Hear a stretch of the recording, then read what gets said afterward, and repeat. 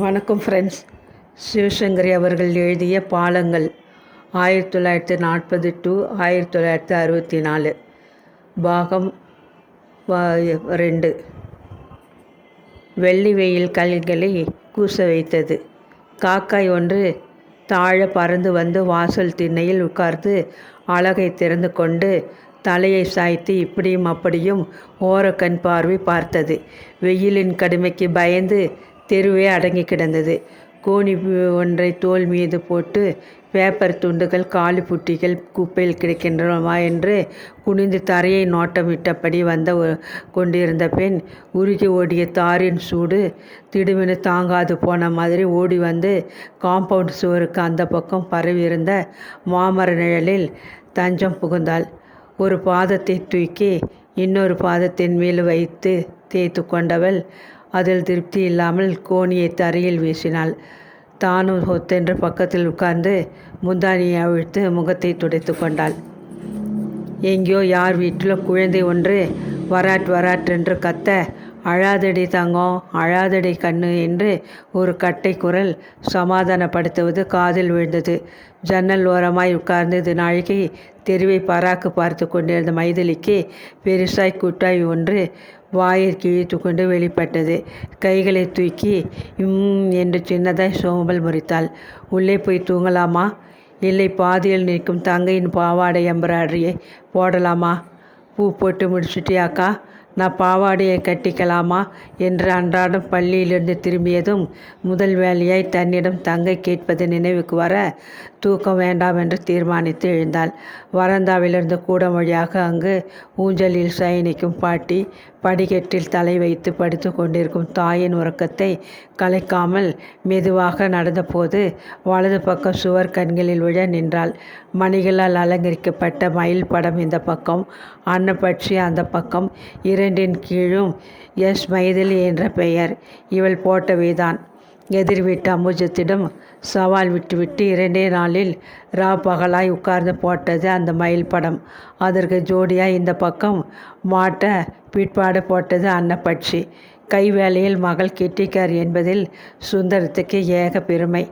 வீட்டுக்கு யார் வந்தாலும் இதை பார்த்தேலா, எங்கள் மைதிலி போட்டது. கை காரியத்திலே அவ கெட்டி என்று பெருமையாக பேசுவார். அதுவும் எஸ்எஸ்எல்சி முடித்துவிட்ட இந்த 2 வருஷங்களாய் பெண் பார்க்கவென்று வந்த அத்தனை நண்பர்களிடமும் இந்த மயிலும் அன்னப்பட்சியும் குழாய் மணிகளான வாசல் திரைச்சீலையும் குரோஷா மேஜ விரிப்பும் மறக்காமல் காட்டப்படும் சமாச்சாரங்கள். பள்ளி படிப்பை முடித்த கையோடு சுந்தரம் பெண்ணின் ஜாதகத்தை எடுத்துவிட்டதால் மேற்படிப்பு என்ற பேச்சு அந்த வீட்டில் ஈடுபடவில்லை தான்.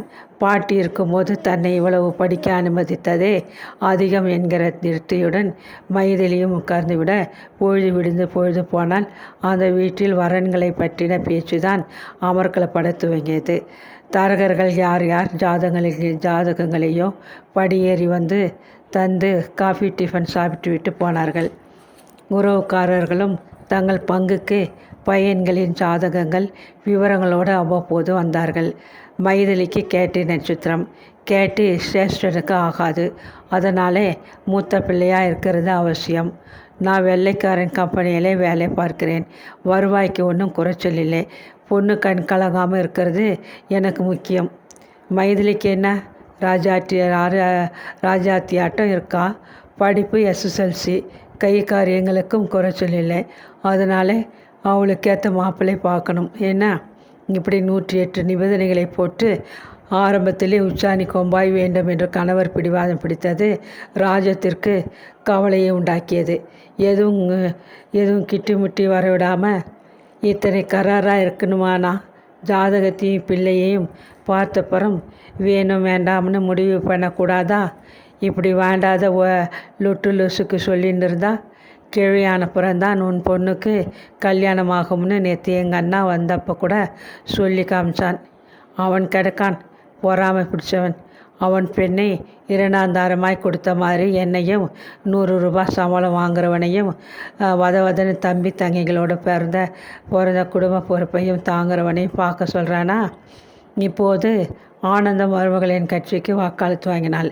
பார்த்தா என்னடா, யாருக்கு யாருன்னு பிரம்மா முடிச்சு போட்டிருக்கே, அதுதானே நடக்கும். பொண்ணோ பீர்க்கங்காயோன்னு சொல்லுவாள். இப்போவும் மைதிலிக்கு 18 பிறந்தாச்சு.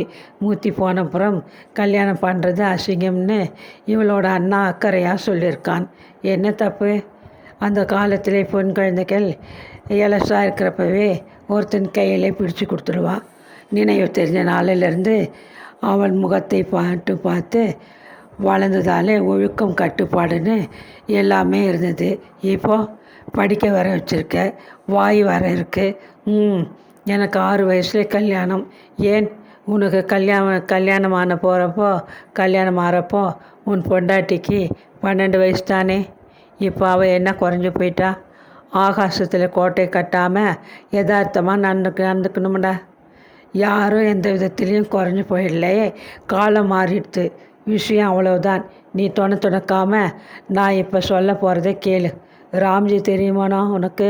குச்சிப்பாட்டி பிள்ளை. அவன்தான். அவன் பிள்ளை எம்ஏ படிச்சுட்டு பிரசிடென்சி காலேஜில் வாய்த்தியாராக இருக்கானாம்.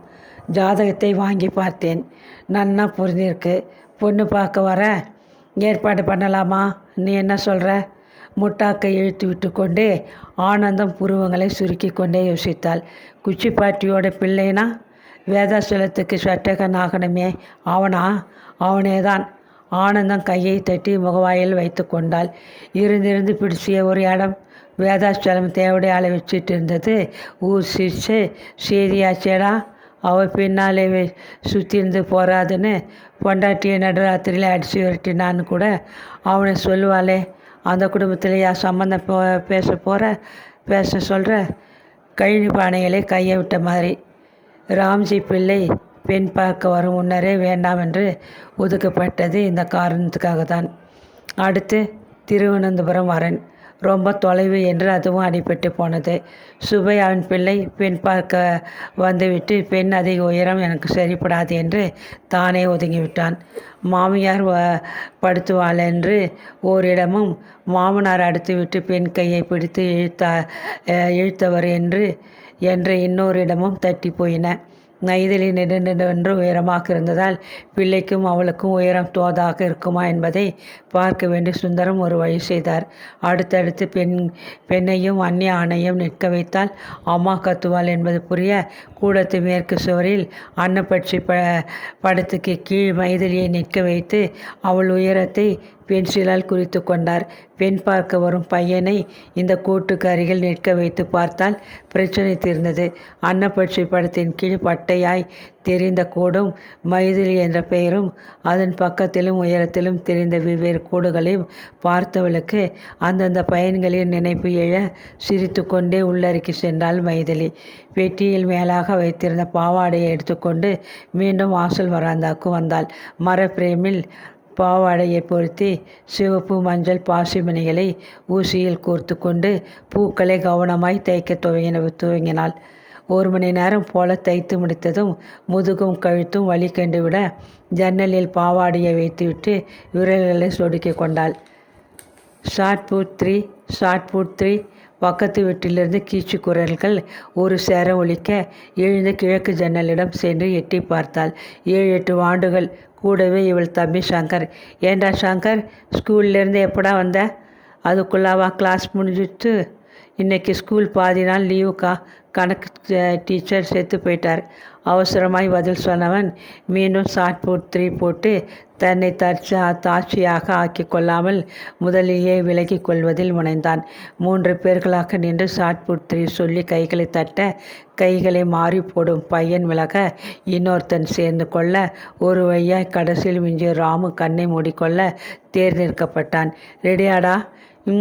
ரெடி. தெற்கு மூலையில் ராமு திரும்பி நின்று கண்களை மூடிக்கொண்டு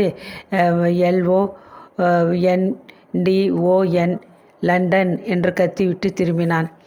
நேர் எதிர்பக்கத்தில் வரிசையாய் நின்றிருந்த மற்ற பிள்ளைகள் சர்சரவென்று ஓடி வந்து அவன் திரும்புவதற்குள் அப்படியே சிலை மாதிரி நின்றனர். யார் யார் அசைந்தார்களோ அவர்களை அவுட் என்று சொல்லிவிட்டு ராமு மீண்டும் கண்களை பொத்தி LONDON லண்டன் என்று கத்த ஆட்டம் தொடர்ந்தது. போயாச்சா? அவங்க நின்றுண்டு என்ன வேடிக்கை பார்க்குற மாதிரி பாட்டியின் குரல் கேட்டு திரும்பினாள். ஒன்றுமில்லை, பசங்க விளையாடுறா, அதை பார்த்துட்டு நின்னேன். நான் நின்னேன். போய் மூஞ்சி அலம்பி நெத்திக்கிட்டுண்டு பாயை விரிச்சு போட்டு ஹார்மோனியத்தை எடுத்து வச்சுட்டு 4 பாட்டை பாடி வந்து பார்த்தாலும் புண்ணியம் உண்டு. வாத்தியாருக்கு தண்டத்துக்கு அழறதான்னு நினைப்பிருக்கோ இல்லையோ, அவர் சொல்லி கொடுக்கறதே இப்படி காத்தாலே உட்காந்துட்டு பாடி பார்த்தா குரல் பிரியும். எங்கே பாட்டி தொடர்றதற்குள் மயதில் ஜன்னலில் வைத்திருந்த பாவாடையுடன் உள்ளே போனாள். படிப்பு முடிந்த நாளாய் இது ஒரு அவஸ்தை இந்த பாட்டியிடம்.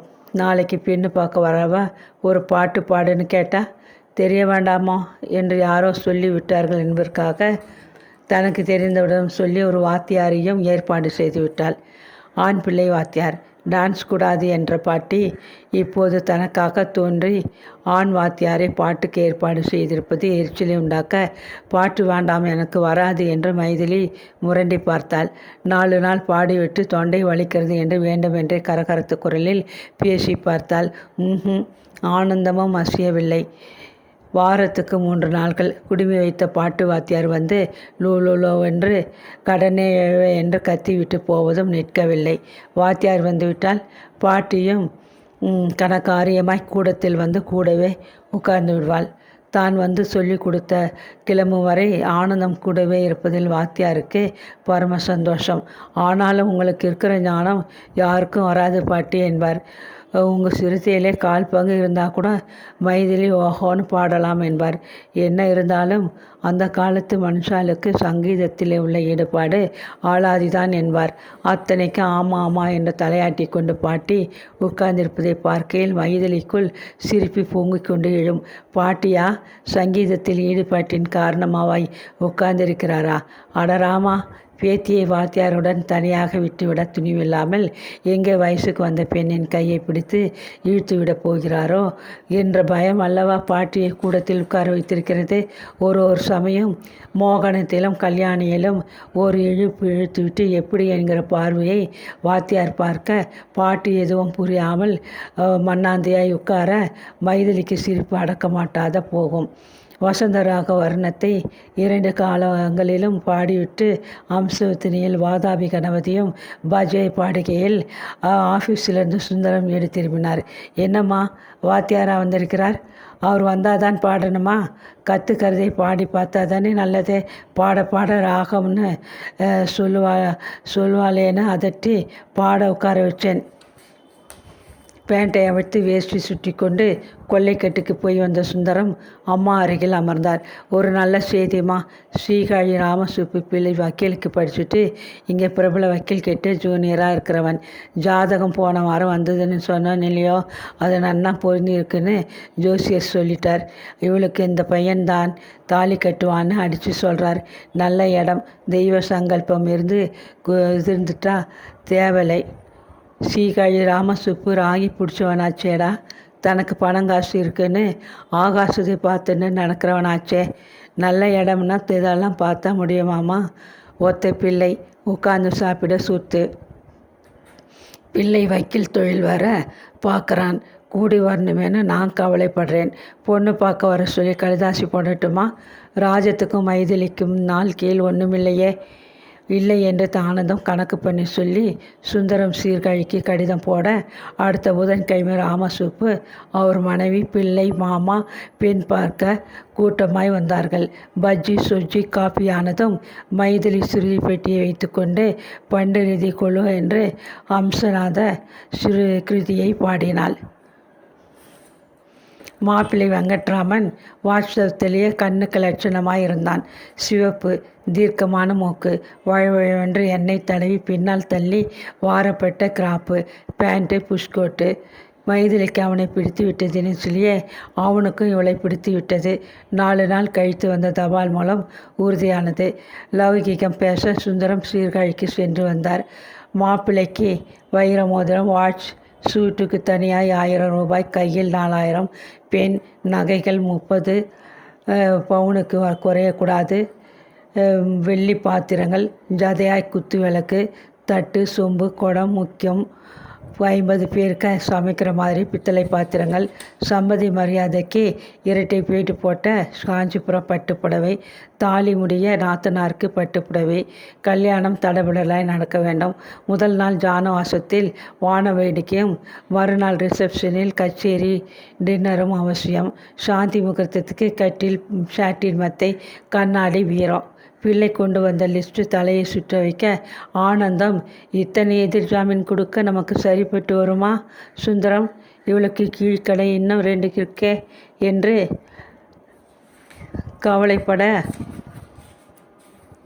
கவலைப்பட்டாள்.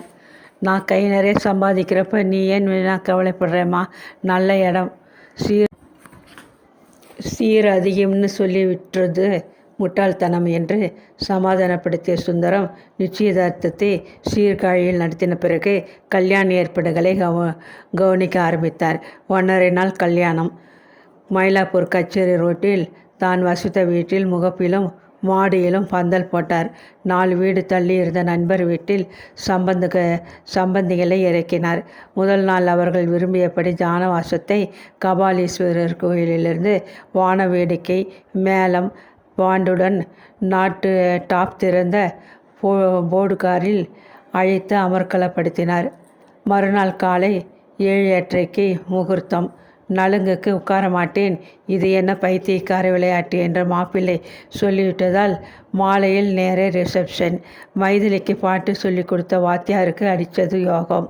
கஞ்சிரா, கடம் இத்தியாதிகளுடன் அவர் கச்சேரி செய்ய பந்தலில் குழுமியிருந்தவர்கள் எதையும் காதில் வாங்காமல் ஓயாமல் பேசினார்கள். டின்னர். அப்புறம் நல்ல நாளாக இருக்கு, இன்னைக்கே பாக்கியம் நடத்திடலாம் என்று வெங்கிட்டுவின் மனமறிந்து டெல்லி மாமா அடித்து பேச அன்றிரவே சாந்தி முகூர்த்தம். ரிசப்ஷனுக்கு பிறகு சேஷஹோமம் மந்திரங்கள் செய்து சம்பந்தி கேட்டிருந்த கட்டில்கள், சாட்டின் மெத்தை வகைராக்களை வாங்குற ஜோடித்திருந்த அறையில் பூ, வத்தி, பழங்கள், பட்சணங்கள் என்று என்னென்னவோ மனங்கள் புடைசூழ வெங்கிட்டு அமர்ந்திருக்க அதீத பயத்துடன் மைதிலி பால் சோமும் கையுமாய் உள்ளே நுழைந்தாள். பால் சோப்பை கையில் கொடுத்து விழுந்து நமஸ்கரித்தவளை வெங்கிட்டு ஆதரத்துடன் தூக்கி அணைத்தான். கட்டிலில் தான் உட்கார்ந்து அவளையும் பக்கத்தில் இருத்தி கொண்டான். முகவாயை பற்றி அவள் முகத்தை தன் பக்கம் திருப்பி, நீ எவ்வளோ அழகாக இருக்க தெரியுமா மைதிலி என்றவன் மென்மையாய் ஆதரத்தில் முத்தமிட்டான். பின், ஏன் பயப்படுற?